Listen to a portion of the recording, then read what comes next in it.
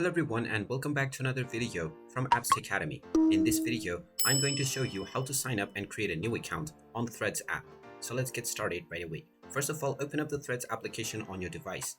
And once you open it up, you will see the login with Instagram option. If you don't have an account already, you can still use this option to sign up using your Instagram account. You can also tap on the switch profile option and you will be able to use your email address, your phone number, as well as your password to log in. Now, since the Threads application uses your Instagram account, you can simply tap on the login with Instagram option and this will use your Instagram account as your credential to log into your Threads.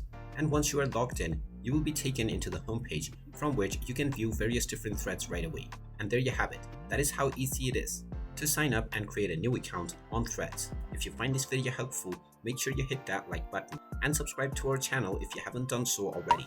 Also ring that notification bell to never miss another update from us. Thank you for watching and I will see you again in the next video.